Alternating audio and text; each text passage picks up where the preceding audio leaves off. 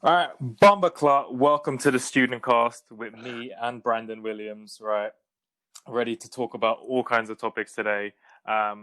Biggest one we're going to talk about today is obviously the coronavirus. Ooh, the big up coronavirus, and what's that doing to basically university life and what we think of that. So you know how you saw that Cambridge is coming out with online classes only for the year, this whole next year. Okay. Yeah. Yeah. So what are we thinking of that? Well, listen, I'm in quite a fortunate position, as you know, because I'm doing my placement year this year. Yeah, yeah. So obviously this whole thing don't affect me, but at the same time, I couldn't think of anything worse than you working so hard during A levels just to reach your exams and not actually do your exams, and then let's just say theoretically you was to get into Cambridge, then obviously that's such an accomplishment. Then do your whole year, yeah, of just doing it from home. That is the fattest L I've ever seen in my life. But at the same time, you could think of it as a benefit because obviously you're saving money. You're not having to pay for accommodation. You're still getting your student finance. But then again, you do have to pay to go for your full tuition, right? And I don't know if paying full tuition is even fair because you're sitting there and you're just at home. You're probably just having a wank, and you're not. And most people, from what I've seen, obviously, they're not going to do any work. Like I know for myself that if the lectures aren't in person, I am not doing work. I am going, like Even then, like I'm not going to do any work at all. yeah. It's just Well, the only thing is, like, I do understand why the universities have been like, oh well, obviously because the universities, this is the way they earn their money, and then at the end of the day, they simply couldn't just say, okay, well, you know what, guys, you're doing it from home, so in that case, it's going to cost £3,000, save £9.5 grand. But because at the end of the day, a lot of these universities, they do a lot of research, and a lot of this research costs a lot of money. So yeah, so I do understand why they've done it, but at the same time, I don't think it's very fair for these students because I genuinely feel like, obviously, me and you've been in university for 2 years now, and being at the university campus is so part of the experience. Like, how many times have we had a funny experience from just being at the campus itself? yeah. So would you say to people, like, I'm pretty sure you can still go to accommodation. So what would you say? It's probably worth even paying for your accommodation just to go to uni, even though you don't have to go to lectures. Well, the campus will be like, because if it's like where it was like our university where there was sort of you had to stay at home, and then if you wanted food, like they would give it to you, sort of thing, and you're stuck in your room for 24 hours a day, then no, there's no point of you being on campus. You might as well live at home. But at the same time, I don't know, because at the end of the day, this coronavirus thing, I didn't expect it to happen. I don't know what's going to happen, but at the same time, I just don't expect it to be like this for the next year. I really don't. I mean, I don't think it will be. You can see that the shit's like easing up, but it's going to be like this for at least to the end of 2020, possibly the start of 2021 as well, more or less. So the first years, I think the first years coming in are probably going to be hit the worst. Right? They haven't even started uni, and everything's been fucked up for them. I can't lie, it's just so peak because do you remember our first year when it was like, I don't know, it was a whole week of freshers and we used to like, I don't know, it was so sick. But then these people who and also the idea of university has been built up so much in their heads, especially, I don't know, if you follow, I don't know, like I'm just bait, for instance, or someone like that, and there's always these Instagram stories about what freshers week is like. These people are not going to have that experience. And I feel like that is just as important an experience as the whole year itself, because it really settles you in properly. Like, I don't know, like within my flat especially, we use that, though we do have some quiet people in there, as you know, like a lot of people that I did sort of get close with during that week, we sort of were forced to, because I don't know, there was all these clubbing events, everyone was going to them, you got to meet all these people, you got to make friends instantly, as opposed to just being because now I feel like it's going to become more like a secondary school sort of way of life. Yeah, I see that. I mean, I think second year, Pete, you're lucky because you're on placement. So this is like almost the perfect time to happen for you, because you're just getting paid to do work from home for the first little while.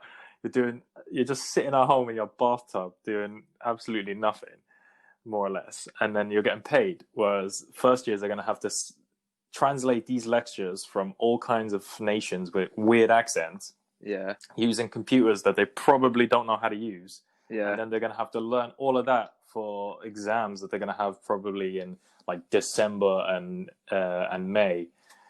And I don't know. I think the cost of a university is not justified right now. Like, especially for Cambridge, who's come out and said full well that there's going to be no in-person lectures. It's all going to be online. I mean, what is even the point then? Like, you're paying for a full tuition from Cambridge, but you're getting an online like course. So what is the point? Why are you paying that much money for something that's half-assed, basically? No, I do get that. But the one thing I would say though is that at the end of the day, for these people to even get into Cambridge University, they'll definitely be able to independently learn. And also, and like it's Cambridge University, so any employer who sees you've got a degree from Cambridge University, you're instantly starting your 100-meter race already halfway done, sort of thing, compared to everyone else. And also, I was just thinking, because honestly, these last 2 years, I've had 12 different lecturers basically, and there's probably been 3 lecturers I've actually enjoyed going to and I've actually learnt there, because I promise you, a lot of my revision has just been looking at the old slides, and because how many people do you see in lecture halls just sleeping? Yeah, that is true. Or if it's 9 a.m., they don't even come. Oh, mate, honestly, the biggest L was do you remember when I worked in Attic, I used to finish at 4 and then I had a 9 a.m. lecture. That was the biggest L I've ever been to in my life. Like, but the thing is, I'm that sort of person where like I do sort of see the idea of, okay, cool, I'm paying this much to go to university, I might as well turn up to these lectures and get my money's worth, because I think it's like 160 quid per lecture basically. Yeah, that's how much you're basically paying. But yeah, about the whole Cambridge idea, I feel like Cambridge are very are of a high enough quality. I feel like, where even though it will be from home, they'll still have the best sort of learning they possibly could have. Yeah, I mean, but the thing is, I'm using Cambridge as an example, but there's other universities that have come out and said the same thing. They're doing the exact same thing, and obviously, us being at Brunel are offering. For me, they're offering online and in person, so you can pick and choose, which is good. And I'm definitely going to go in person. I'm not going to do the online thing. Yeah. But I don't know about other places. Like, let's say I feel bad for people who are doing like real degrees in real subjects and not fucking Spanish cuisine. No. Listen, I have full respect for everyone who does this Spanish cuisine course. I'll have you know, because listen, at the end of the day, the thing I realised, especially from going into my placement job, is that literally as long as you have a university degree, you can get into basically so many jobs. I know, obviously, I'm not going to be able to go become a doctor in I don't know, cardiovascular, some fancy Latin words. Yeah, if I've done, I don't know, a media degree, for instance, but I feel like just getting a degree on itself is such a stepping stone into the working world. But would you say like getting a degree is worth it now, though? Like, this is my stance, right?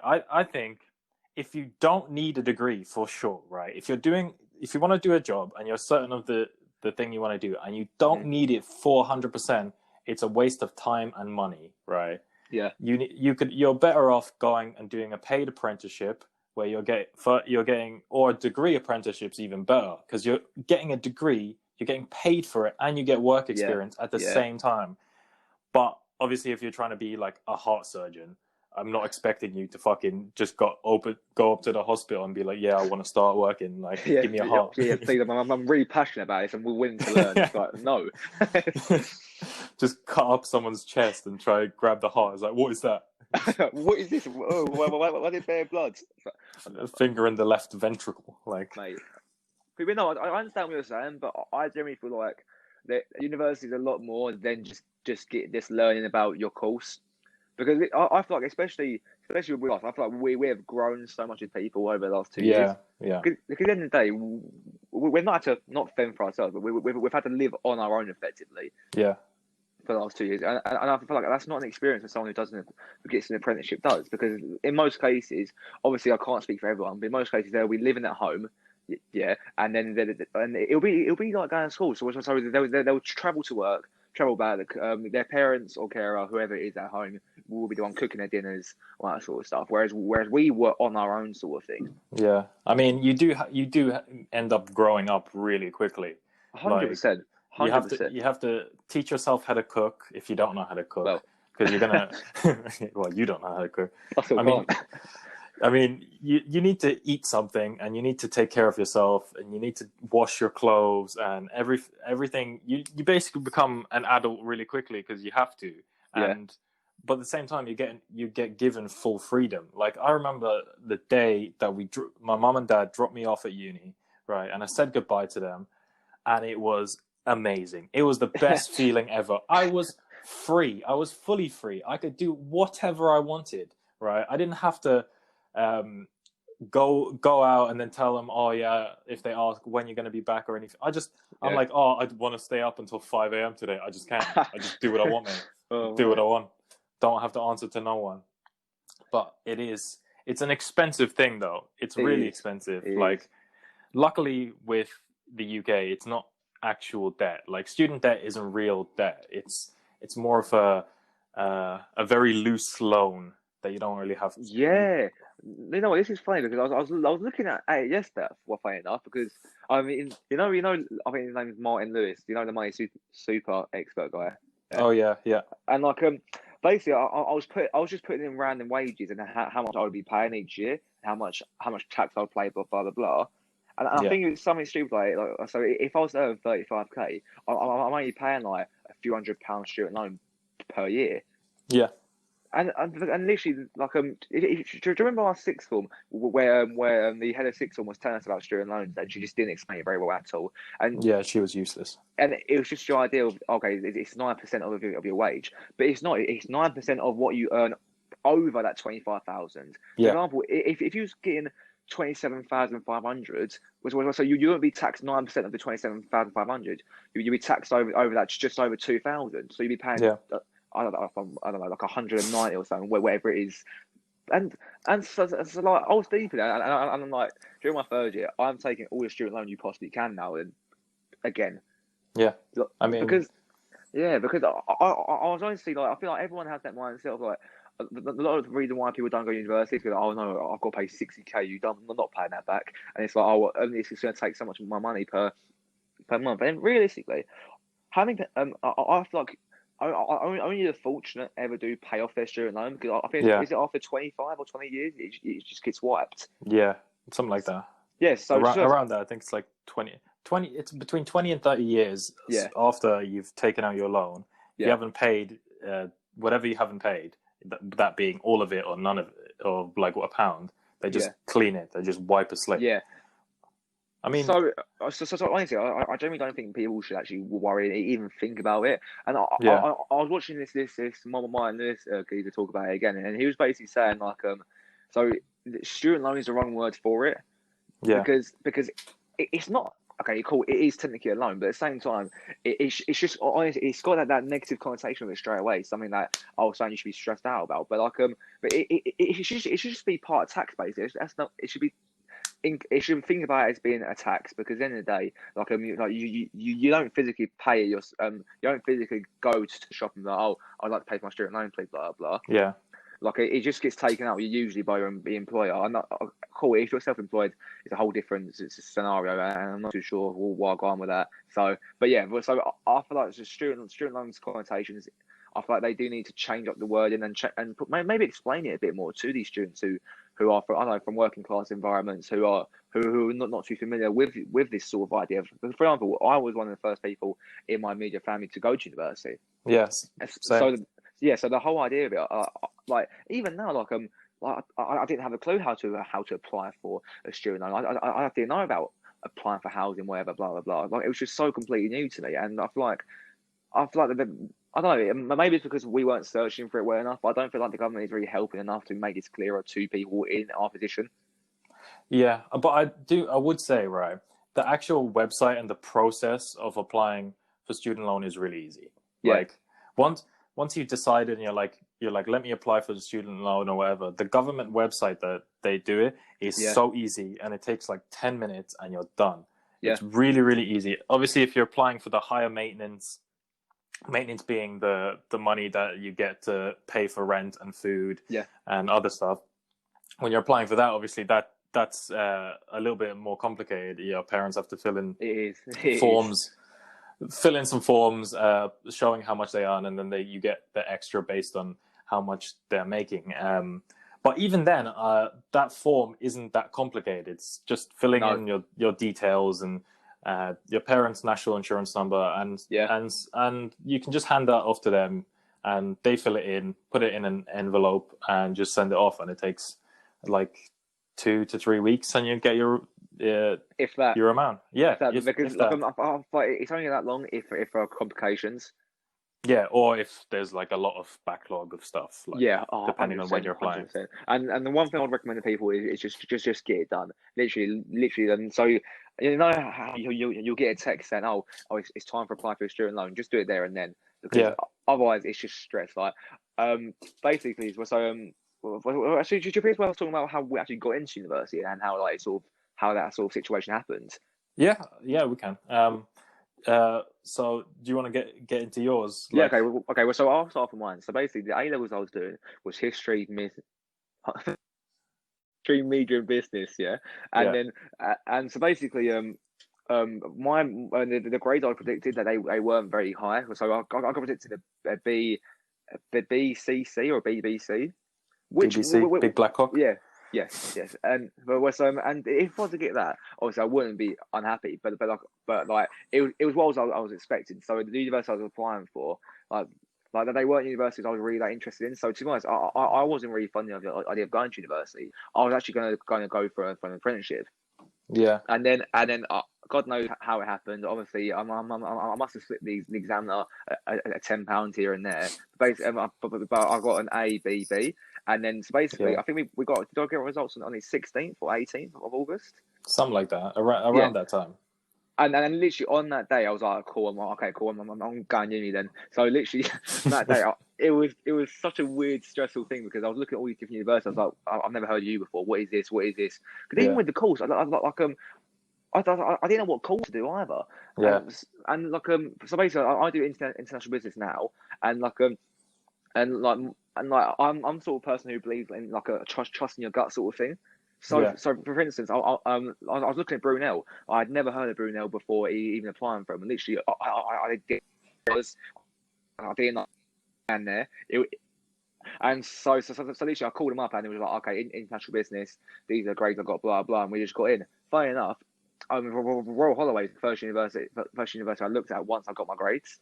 And I don't know, it was just a gut feeling of not going there. Although I have no qualms with anyone who goes there. It's obviously a good university, but yeah, it was just a very weird situation. And I like everything happens for a reason.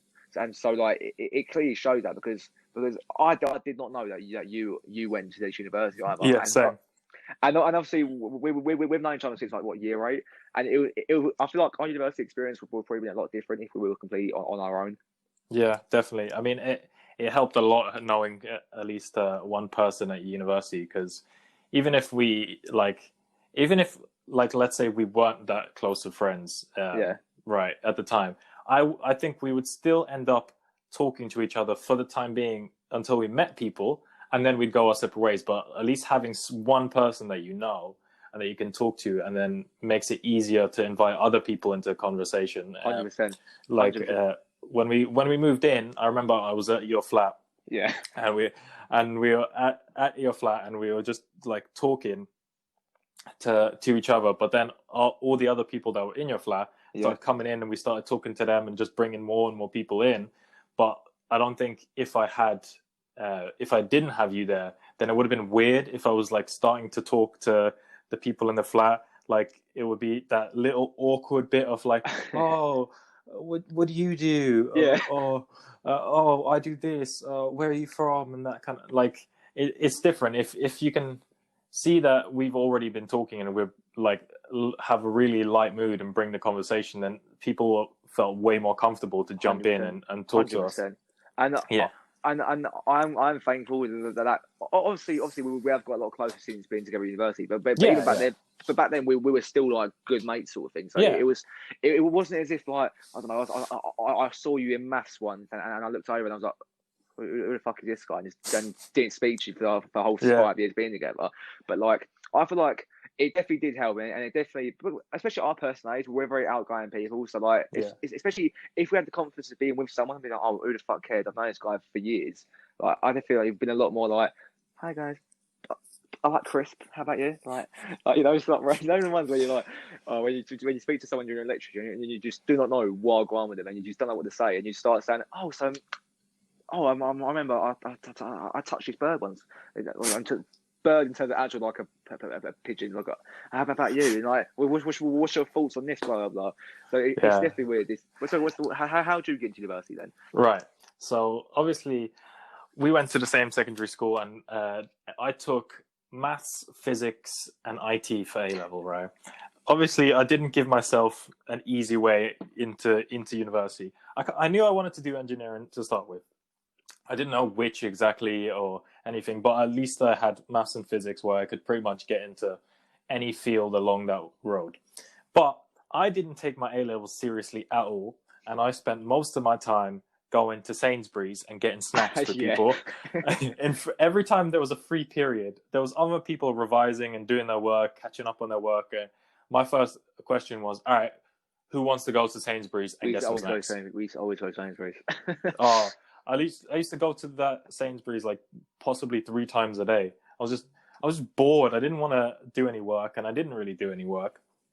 And I wasn't surprised with my grades because I knew I didn't really revise, but I was still like, I wasn't really happy. So I got, I believe I got CCD, and obviously that wasn't great. And everything I applied for basically rejected me, other than Anglia Ruskin, the backup of all backup universities. Okay. The university that doesn't even have a fucking like campus. It's just a building, and it's just a building, and it was like the easiest university to get into. But I had that just in case everything went to shit, because I knew they would take anyone. They'd literally take the homeless man off the street and get him to be a doctor.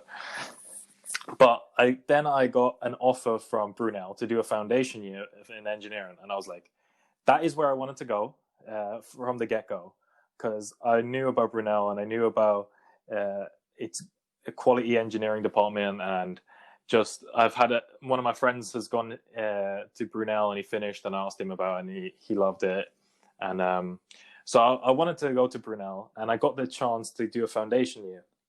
And I was like, you know what? This is my time to fix up. I'm going to take this seriously. This is my one chance to bounce back from doing shit at A-levels and not taking it seriously. And I did my foundation year, and I did well. I did really well. I took it really seriously. Yeah. At the same time, I did have a lot of fun, but I managed my time properly, and I actually revised way more than I ever would have. Otherwise, you know what? To be honest, like literally the way you more than me, but the way you did foundation year was literally the way, sort of thing, because you still had your fun, but at the same time we used to hit up library and actually do work, sort of thing. It weren't like we would go to library and we're just talking, we're just like 5 minutes later, I'm bored of this. We put in graft. Work was done. It was literally just to the point where I generally think you especially worked a lot harder and was more serious than your A-levels ever was, sort of thing. It was sort of as if, because I feel like a lot of people do the opposite. They work really hard in A-levels, and then they realise university is just, okay, I'm not going to say easier than A-levels, but it's definitely, I don't know, like, because I think a lot of the free time is not as highly demanding as A-levels were, sort of thing. But you know, you definitely did the right thing. I mean, university, I feel like, in A-levels, I feel like everything seems to be against you. All like the marks, the papers, they're constantly making it more and more difficult every year for everyone to get good grades in A-levels. Whereas you come to university and the lecturers, they all want you to do well. They all 100%. Put in everything to try help you to get the best possible grades and do as best as you can for your sake. And if you really get what you put in. So if you put in the work and do really well, and there's the support systems at university that are so much better than at A-level. You can speak to your lecturers who both write the exam and mark the exam. So you know exactly where it's coming from. It's not some external marker that's marking the exam. It is your lecturer. And also, these are all doctors, specialists in their field, sort of thing. Yeah. These are sort of people who you're reading this textbook, but then you look up and that's the person that wrote it, sort of thing. Yeah, I mean, you feel like you're getting. We can only speak from our university, but I felt like I was getting the best possible education, and I loved it. Like their passion for the subject translates into us because of how much they enjoy it and how much they want us to do well and promote what they're doing. They really want us to do well because they're transferring their knowledge onto us, and it means we're going to be the next generation and we're going to pass that down in the future, and you want the best possible outcome. And I think just university in general is like foundation year. I took it way more seriously. I took it as if it was my final chance, which it was, because after foundation year, they don't let you redo foundation year. So I had to pass everything and get through, and I did, and I was really happy with it. And then I just carried that on for first year, like all of the work, way more. I just upped it. I just upped all my work. From day one, I was in the library. Well, not day one. I took like a month. The first month of year, first year was just like all the lecturers introducing themselves to the new students that are coming in and explaining. And once actual lecturing started properly, then I started heading to the library daily, getting my work done, making sure my assignments are all on point. And I was happy with everything I was turning in, and it's paid off so far. So I'm really happy with everything. I'm just all the coronavirus shit has just fucked over everyone's plans for everything. 100%. This coronavirus stuff, and I would just like to quickly say, obviously, my heart goes out to people who have been affected by it, people who have died from it. Yeah, of course. And all that sort of stuff, because obviously this has been the worst thing since I think like this is probably the biggest thing this country and the world's faced since the Second World War. Yeah, it definitely has. It's crazy, and hopefully we are getting towards the end of it, but obviously we haven't got a clue what's going to happen, sort of thing. But yeah, so obviously our heart goes out to them. But I feel like this whole summer has been the biggest write-off. It has been a complete write-off for me, especially because like it's just imagine so we were finishing university in May sort of time. It would have been the Euros, I think. It would have been the Euros this year, which obviously if it was anything like 2018, we would have been lit. Yeah, definitely. And then I don't know, like going on lads' holidays, girls' holidays, whatever. And it like I don't know, but because this was like a new decade, I was like it would feel like to be this is going to be such a sick year, this is going to be a mad year, but obviously it just happens. So I feel like 2021, if everything is all right by 2021, it will be the maddest. It should be mad, completely mad. Yeah, I think people are just waiting for the next summer. I think everyone's holidays and stuff has just been postponed. Yeah. So come summer 2021, everyone is going to just go mental. Everyone's just going to lose their mind because they've been cooped up inside, or some people are going on holiday still, but I feel like it's not the same thing, right? I feel like even if restrictions are lifted, and even if like you don't need to wear a mask all the time, and it just feels weird. Right, everything 100%. Just feels weird. Like you go into a shop and you're just looking around, and everyone seems to be on edge and just wary of each other. The like community spirit of people is just gone. Right, it's kind of like everyone's just waiting for some shit to happen, and everyone's like staying away from each other. And I don't know. It just feels weird. You go outside and you walk past someone, and then you start spreading out like. Moving away from each other. Literally, like, and I'm just as guilty as this, but literally, the looks people give you when you walk past them, it's not as if you've insulted them. It's like, God forbid you cough. Oh, God, mate, I promise you, I have not coughed for the last 4 months. Yeah. Literally, even if I'm about to burst at the seams, I'll firm it. I'll hold it in, because coughing outside has got to be. Literally, I feel like everyone will just look at you and just. Obviously, they won't touch you because social distancing, but they'll just throw shit at you. Yeah, it's basically like a death sentence. I remember I was in library just before everything started. It was around, I want to say late January, probably early February, and and obviously the coronavirus thing was coming up and creeping up in the UK, and I remember I was doing my work and some guy just coughed and everyone stared at him, right? Everyone was giving him dirty looks and he had to apologize to people because he coughed, right? That's how weird it was. And I can't lie, I picked my stuff up and left because I was not feeling like you weren't this. risking it. No, I was like, this guy, don't know where he's from, don't know where he's been. Man's out of here. Right. No, and you know what? The thing I find funny, it's always like these bald 6-year-old granddads called Steve. It's like, oh, don't worry, mate, I ain't got coronavirus, mate. You know what I mean? Like, I ain't got coronavirus. Yeah. So it's always these jokes to keep them up for it. But I don't know. It's definitely like, obviously it was so my situation was in March. I finished my last shift at work and I was like, you know what, I'm going home. Like, I'm not standing in halls, sort of thing, doing this again. So literally. And I've only just picked up my stuff in university like 2 weeks ago. Yeah. And I'm going to university on campus. It was like a ghost town. It felt so weird. I felt wrong being on campus. Like I looked around and I was like, okay, I shouldn't be here. Like the security driving past, and I was like, wow, mate, this it's almost as if I just killed 30 men and I'm just walking around normally. Like, you get me? I don't know. It's just. And it's just very. It's been very scary the last 3 months, and I feel like I feel like people are starting to just not give a fuck anymore, though. Yeah, I think people are just giving up on it, and they just they're starting to just be back to normal, I guess, as much as they can. And I mean, I went to the barber's. Was it yesterday? No, the day before yesterday. Yeah.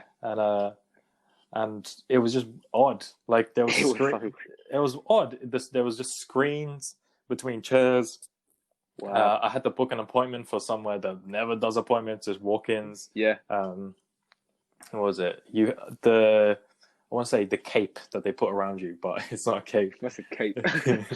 The thing they put around your neck so the hair doesn't get on you. Yeah, they use like plastic ones of those, so they're throwing those away. Yeah, they're not even using reusable ones. Obviously gloves, face masks, some of them had face shields as well. Like it was an in and out job really. And it just felt weird. I mean, it just, everything feels weird. And I think it's going to feel weird for a little while. I'm getting used to it, but I'm like face masks now. I definitely think I'm just like used to it now. Like just watching people walk around with face masks, I'm like, yeah, that's just the new normal now. Yeah. You know what? Like what I've been realizing is that I always wear face masks wherever I go, sort of thing, because obviously, at the end of the day, it's not us that are really affected by the young. It's obviously like it's our grandparents, their grandparents, blah blah. So it's people who are on less fortunate health sort of situations, and like so I feel like some people think about that and they sort of feel like, oh no, well, I've not seen it before, so why does it affect me? Blah blah. You know what I mean? Like and then you remember that 500,000 people went to that beach in Bournemouth. Yeah, I was going to mention that, and I was like, that is just ridiculous. I mean, because at the end of the day, I get people are bored. People and people, especially with young kids, are like, it's a lot of pressure being at home. Well, it shouldn't be being at home with your kids, but I understand what you're saying because they should be at school. They're restless, blah blah. But I don't know. I feel like people who are traveling to Bournemouth Beach, listen, if you lived in Bournemouth, I saw a bit more like, okay, cool. So yeah, I mean, who wants to live in Bournemouth? Let's be honest. I saw. Listen. Bournemouth's a nice town. I refuse to have you talk bad about Bournemouth. But yeah, I literally saw. I saw there were a man coming from Blackpool. Blackpool who is well renowned as being a seaside town. Yeah, by the way. Travel down one way to Bournemouth just to go on this beach. And this beach, listen, this is England, yeah. Our beaches ain't that peng. That is true. Mate, like if he's in, I don't know, the Caribbean, for instance, and everyone went to the beaches, cool, makes sense. But Bournemouth Beach is dead, all right? And like I don't know, it's just a bit mad. And like I feel like people I feel like this country is divided in people who care and people who don't. And unfortunately, more and more people are starting to just not give a shit. They're like, okay, well, listen, at the end of the day, if it happens, it happens. It's not affecting me, so why do I care? And that's the complete wrong attitude to have. And yeah, so I feel like if there was a second peak, I feel like the people who are doing these sort of things need to take a hard look at themselves and realise they are part to blame for this. Yeah, I mean, I think it's well known that anyone who's older and anyone who's already has problems is probably the biggest people at risk, and young healthy people are very, very unlikely to that you can get it, but you're very unlikely to die, and most people don't even have severe symptoms. But I think of it this way, right? This is the way I think of it, especially with the face mask. It's when you get in a car, you put on your seatbelt, but you don't plan on crashing your car, and you also don't plan on getting hit by another car, right? But you still put on your seatbelt every single time because you never know, right? And it doesn't take much. You can barely notice it. I know some of the face masks are really annoying, especially me who wears glasses. They fog them up, and it gets kind of hard to breathe. But if you if you wear it especially when you're inside in shops and stuff. When you get outside, you take it off for a second, get a breather, and then put it back on. At least, just do the bare minimum. It's just for others, less for yourself. You're doing it for other people and for the greater good, rather than being selfish because you don't like how it feels. I think people need to realize that there's other stuff around them, and they need to take responsibility, even though it's not directly them, but it's everyone else. Yeah, no, I get what you're saying, and I'm grateful that we are not like America, who and listen, I doubt we're gonna have many, if any, American listeners, but America is tapped. They are tapped. Yeah. This America are the sort of country who've got to be winning in everything. So they saw, China got it bad, Italy got it bad. You know what? No, we're America. We don't do shit half full. You get me? Like they just had to just elevate it and make it seem mad. And I don't know. It's just I just don't understand the American culture, because when you're younger, everyone wanted to live in America because they saw all the Hollywood films and whatnot. But the older I get, the more I realise, like, America isn't a great place to live in, and it's especially if you are not a more white middle class person. Yeah. Because this whole Black Lives Matter, for instance, and I would like to say I'm in complete support of everything that Black Lives Matter stands we for. Both are. And obviously, even if people listen to this, hopefully we can raise awareness in our own sort of way. But I feel like America, the foundations of America are completely wrong. Donald Trump's idea of, okay, well, let's make America great again. Hang on, are you completely forgetting that there was Native Americans before you was there, sort of thing? Do you guys not remember that? Do you remember that you killed?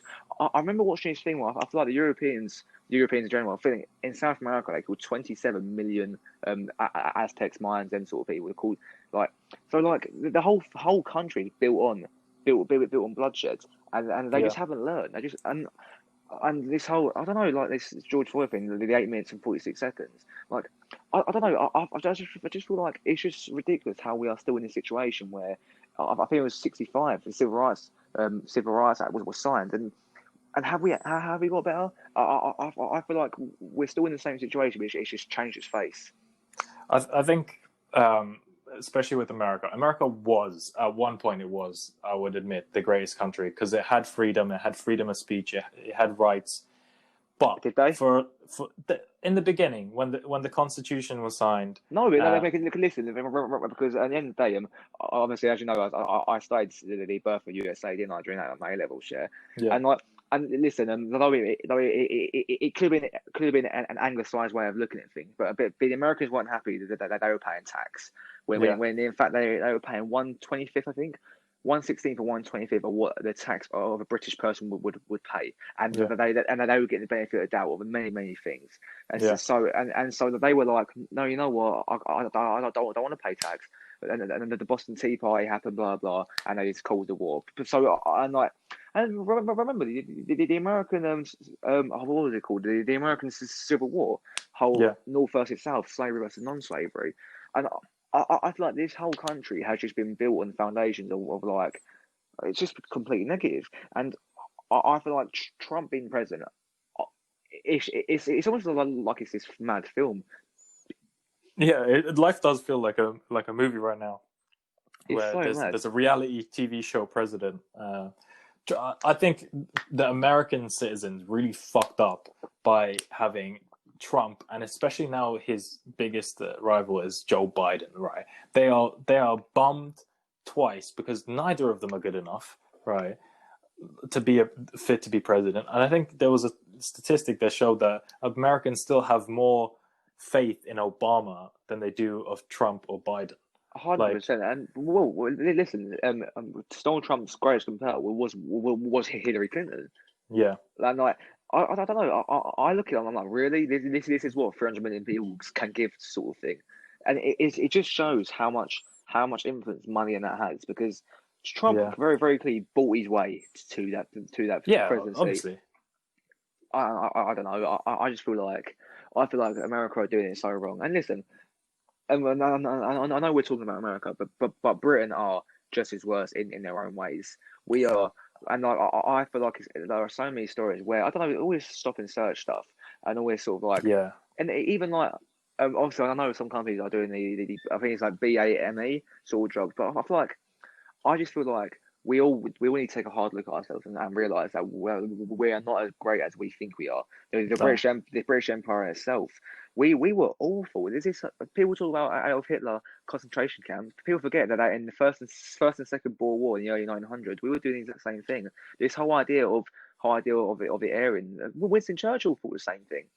Yeah, and I understand that Winston Churchill, people idolise this man, but this is the man that killed, I believe, 3 million people in the Bengal died due to the lack of food, a famine, and his attitude towards it was completely atrocious. And listen, I know not all heroes are perfect. Not everyone. It's impossible to be this perfect guy. If you talk about any sort of leader people look upon, they always have their flaws.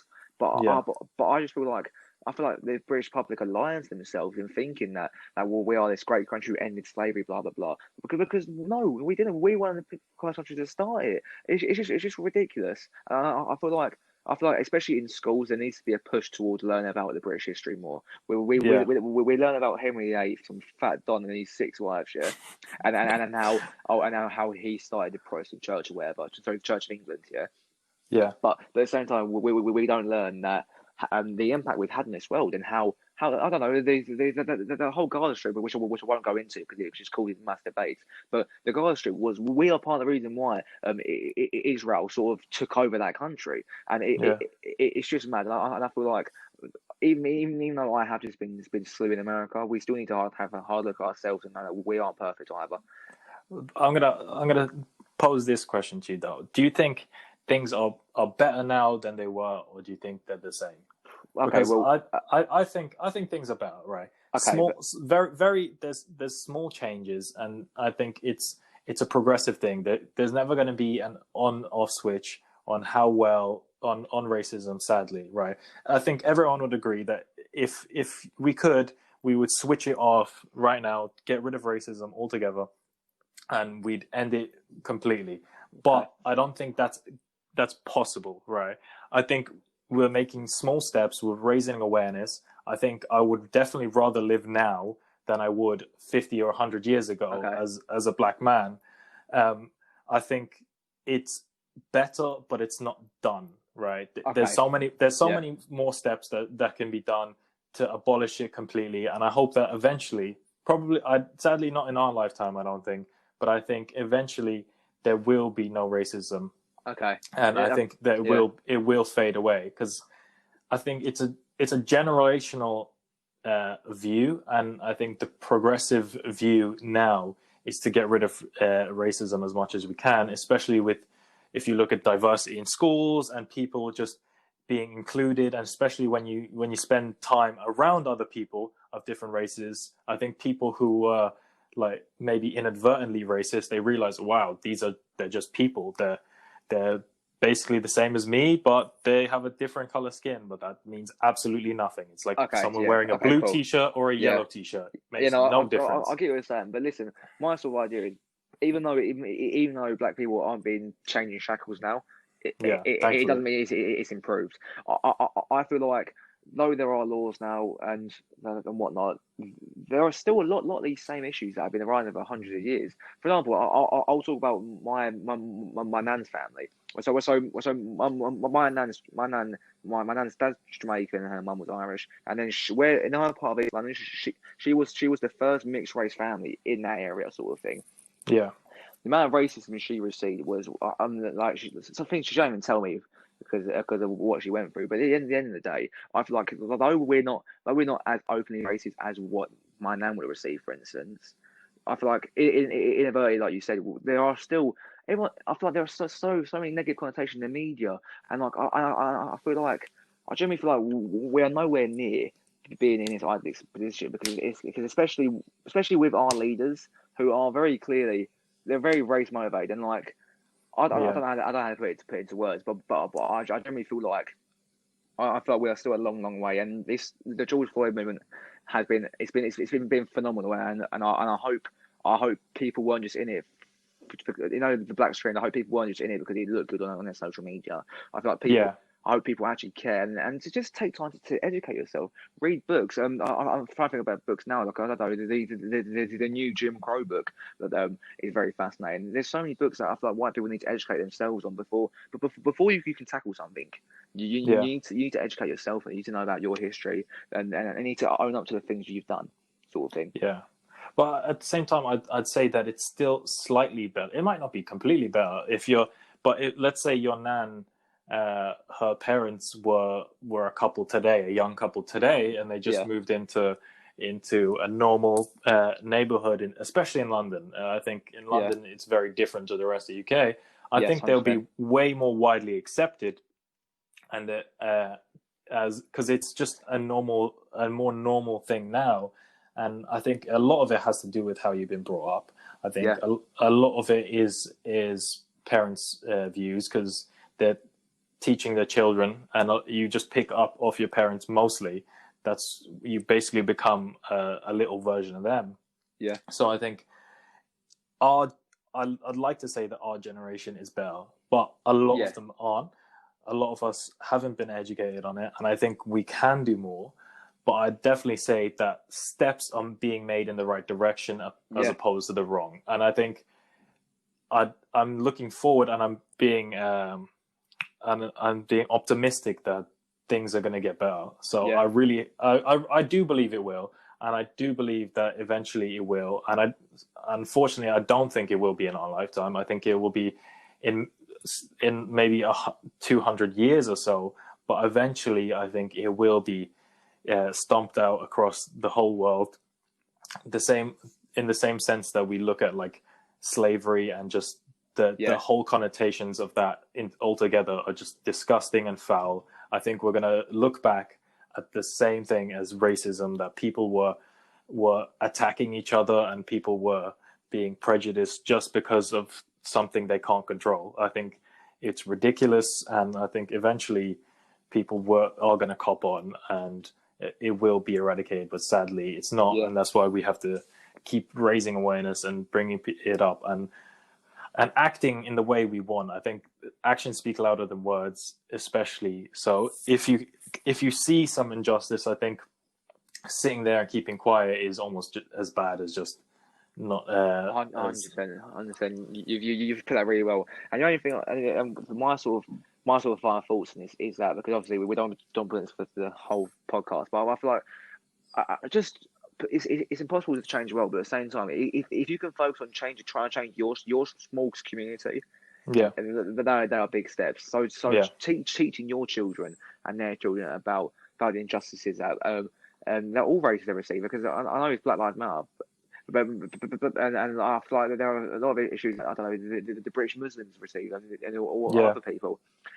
So I feel like just you need to focus on changing your own community, and hopefully little by little we'll be able to change the wider community. Yeah, I definitely agree. I definitely think the same thing. Right. Let's see. I think we're coming up to 50 minutes now, probably coming up to the end of this episode. It seems like a good place to leave it here. Okay. So I think there was a lot of good discussion and bringing up a lot of good points, especially about universities and how they're being affected and what we think of them, and how anyone who's maybe unsure of whether university is worth it or not might have a little bit better of a view now. So I think it's a good place to end it. So if anyone wants to send in any questions, they can send that in at the anchor.fm/the studentcast website. You can send in voice questions there, and we'd be happy to answer them in future episodes. More than welcome to bring up any question you'd like, and hopefully we will see you in the next episode. Yep, and just a final point, like I was saying, the world we're in right now is a very toxic, very hard world to be in. But just remember that Black Lives Matter, and then we need to make sure we make this world a lot better place for our kids, our grandkids. Yeah, I think that's the key points for today. I think we need to try keep positive and spread positivity everywhere we can. Okay. All right. So we'll see you guys in the next one. All right, guys. In a bit. Laters.